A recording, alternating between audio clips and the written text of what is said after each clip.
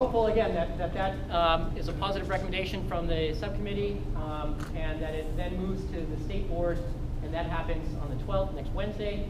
And then, as I said, then we start the fun work as architects. I mean, the site's exciting, but it's not as exciting as designing a new building. So we're really looking forward to that next step of really envisioning what this new school might be, and all that might be in it. And so, again, Lisa, yeah, you covered most of it.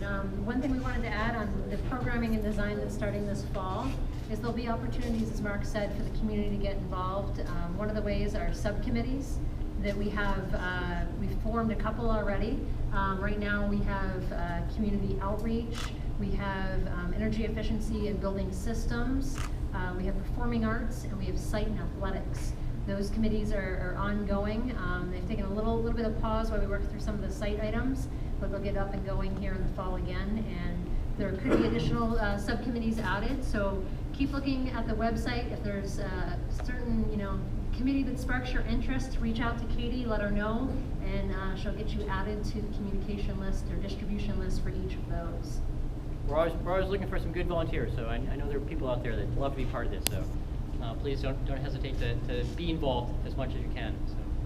So with that, I'll take any questions you might have. I think our next slide says, there we go, questions and answers. So are there any questions? Yes? How many acres are at the current site? There are about, I want to say, 56 acres at the existing site. So so in terms of thinking about that threshold of 42 acres, again, some of that acreage resides on a slope down to Minot Avenue. So and we're not intending to flatten that site that much. And so there's about 37 usable acres. Yeah, 37 usable. So it's still it's packing a lot into the site. But go ahead. A couple more, sorry. Yeah, no, please.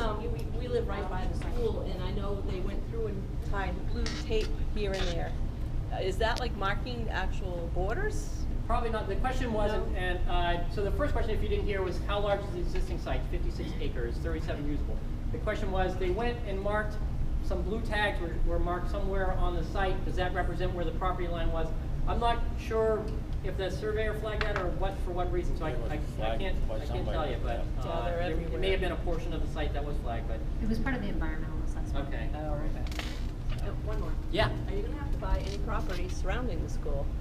So the question is, are we going to have to buy any properties surrounding the school? We were hoping that people would show up tonight and donate property. If that was possible. Raise the hands, anyone?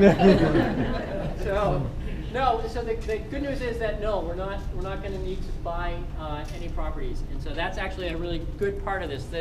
The state has a formula that they'll fund for if a new site was chosen somewhere. The state actually has a formula for how much they'll pay, and sometimes if the parcel is over that, it becomes a local expense.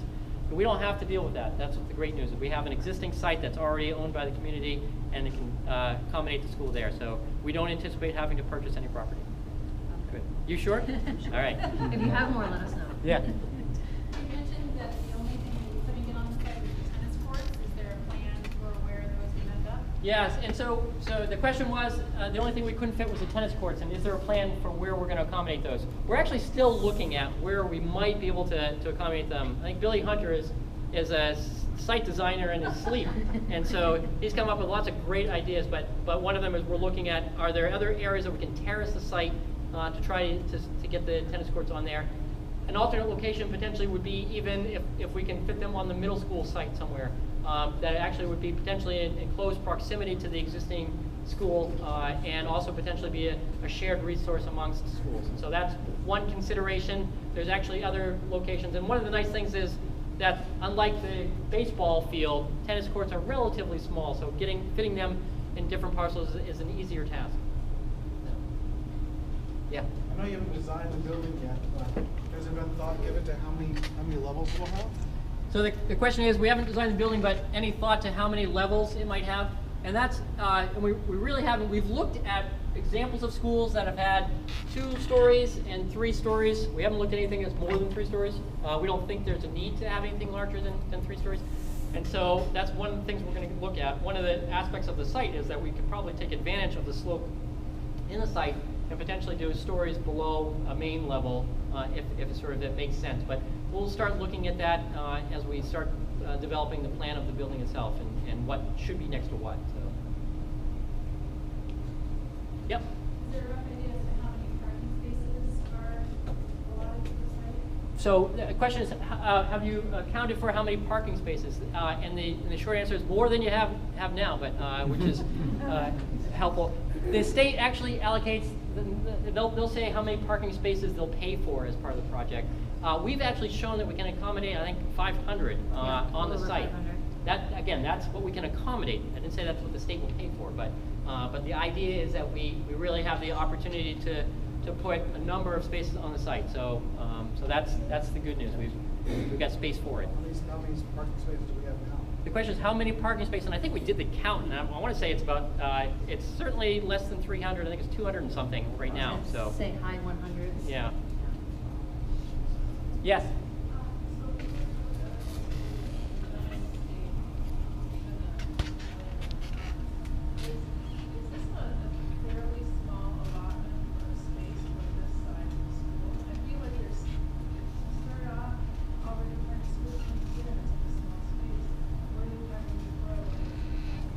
Yeah, so the question, that's a good question. The question is if you think about this relative to other schools in either the state or New England, how does this site size compare in terms of trying to accommodate a school of this size? Per capita. Yeah, exactly. In terms of, school size per capita in terms of number of students. So we're looking at a school that's a population that is around, again, like I said, 1,200, but there's sort of a question of how much of the school program goes on the site, and also an exciting part that we're looking at that will impact the number of students is being a satellite, potentially a satellite location for the Lewiston Regional Vocational Technical Center, and so the LRTC having the opportunity to offer more vocational programs as a satellite at the EL site is a pretty exciting thing that we're looking at right now. We have looked at, we've actually looked at schools, larger schools in Massachusetts, in rural communities, and also even in Boston. The school, the committee, building committee looked at a number of schools, and we've looked at very rural locations.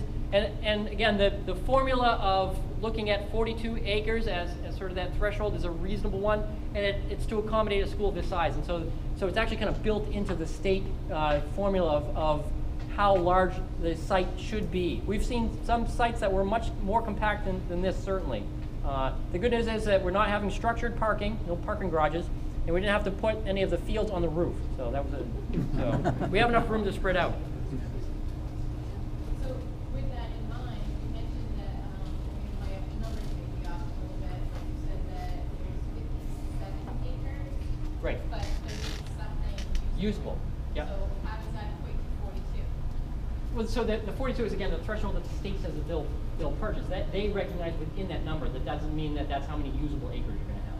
So and That's a maximum. That's a maximum. Yeah, exactly. And there was another point to your question, which is expansion. I guess how, and we're very mindful. One of the aspects that came out in the community forum was the concern that when the original high school was built on that site, there wasn't a lot of thought to what about the things that we don't know that we might want in the future. And so we're trying to be very careful about thinking about growth of the school itself. And if we had, one way of looking at it is one bay of classrooms, which is, if you imagine a classroom on two sides of a corridor, just thinking simply, if you had 3 stories of a classroom, that one 30-foot bay can accommodate about 150 additional students, which is about 10% of population, so, or even more than 10% of the population. So there's room for growth in terms of the academic programs on this school, and that's a requirement of the state. The state makes sure that there is room for expansion as we design the site. Does that answer the question, or? Yeah, it's you want to have more than enough room instead of trying to, think how are we going to do this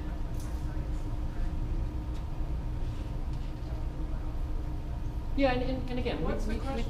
so the follow-up to that was that again, that does this really give us that you really want more space to expand programs and things that we haven't thought about yet. And the good news is that we've been overly generous with what we think the footprint of the building is going to be. So there's room around that. The footprint of the building actually may be smaller than that, and so it may be that we have room for a greenhouse or a garden spot or something like that. So there is room on the site.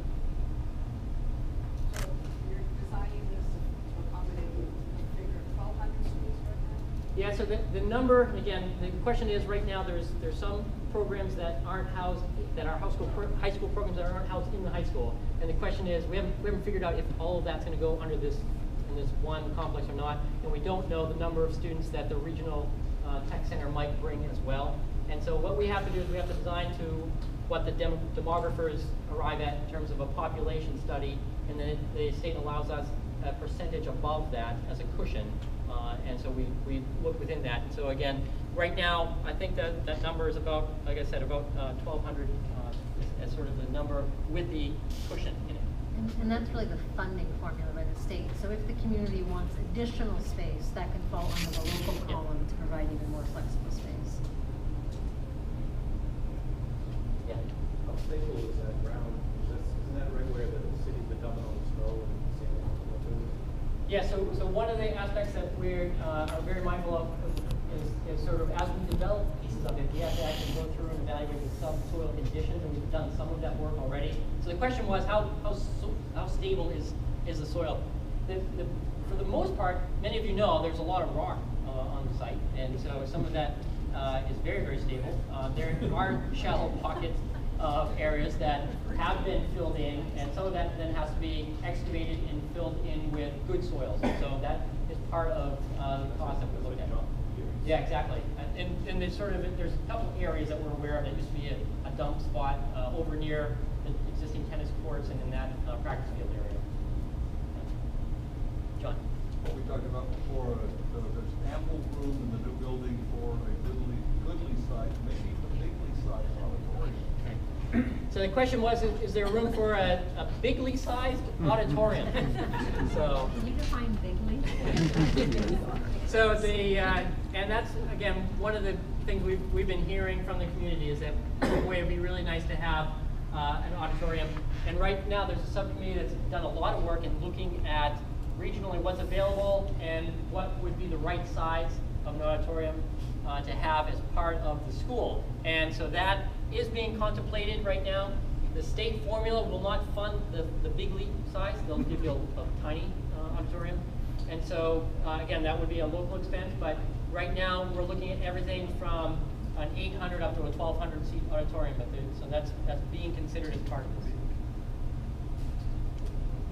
What size auditorium will the state funding be for? They fund a third, I believe, a third of the student body, and so if there were 1,200 students, they would fund us 400 seats. Mark, Yep. are there plans on education into this to engage students as a part of this process? Yeah, thank you, Holly. So the question is, are there plans to engage the students?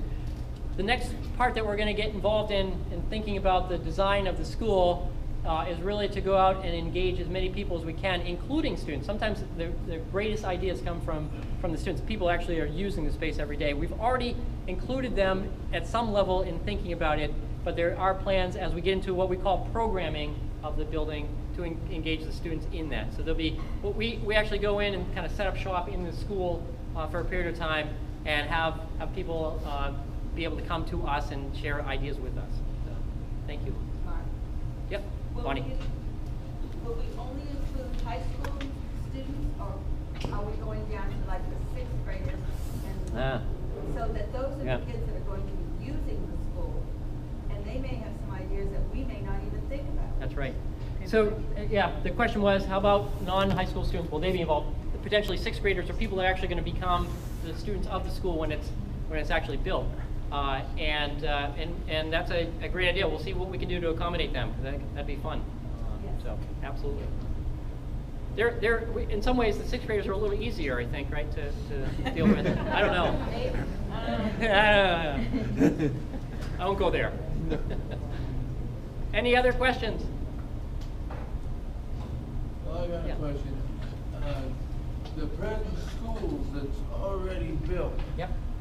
and I can't think of the name of it, the one that they dynamited a lot over here. It's been there. for a Oh, while. sure. The old high school. Yeah, the old Yeah. high school. Okay, the students that are there, is it all right, or do they think they'll expand from that one or not? Or is it Oh, already? well, I'm not sure if I get the right, the question was, one of the existing buildings, that's part of it's been removed. Yeah. I think you used the word dynamited. I was thinking that's now where the community little theater is, but I'm not sure if I'm talking about the same I think building. that's what it is, yeah. All right, there's no academic program currently in that building. Oh, okay. So it's just being used, I think, primarily for the community little theater. There may be some other small use of it, but. Yes. No, you had 3. That's it. No, I was just curious about the snake trail. The snake trail, yes. And so one of the great parts of the site is that there is connection to the community, and the snake trail is part of that. We actually envision improvements to that trail through some good lighting and maybe even clearing it, and really harnessing that as sort of an important pedestrian connection to the school Great site. asset, yeah. Yeah. Up there and then. You indicated that the state has basically approved and will include a certain amount of research and expenditure. And then it's up to the community to decide what above and beyond that they're willing to put the bill to. How does the satellite for Lewiston Regional Technical Center, is that something that the state is also endorsed, or is that something that we are looking to for our community and looking at the community to support that? Great question. So the question is that the state says through this school construction program that they will fund 100% of what they will fund. And I say that a little tongue-in-cheek, but the idea is that they have a very prescriptive formula for the size of spaces that they will give you, the number of spaces they will give you. We're not saying that that's the school that you want, but that's what they will fund. In addition to that, the question is, so that's what the state will fund, but what about the regional tech, if we become a satellite to LRTC? Will they fund that portion of it? And if those programs are approved, if the satellite programs, and right now we're in the process of having those programs approved, if those programs are approved, then the construction of those portions, or to house those portions, are part of what the state will support. And there is a funding formula for those spaces as well. So Yeah. they'll fund the base case, but if there's any additional items similar to the building itself, that falls on the local. Yeah. There's another, I think, yeah. Yeah, the state funding include things like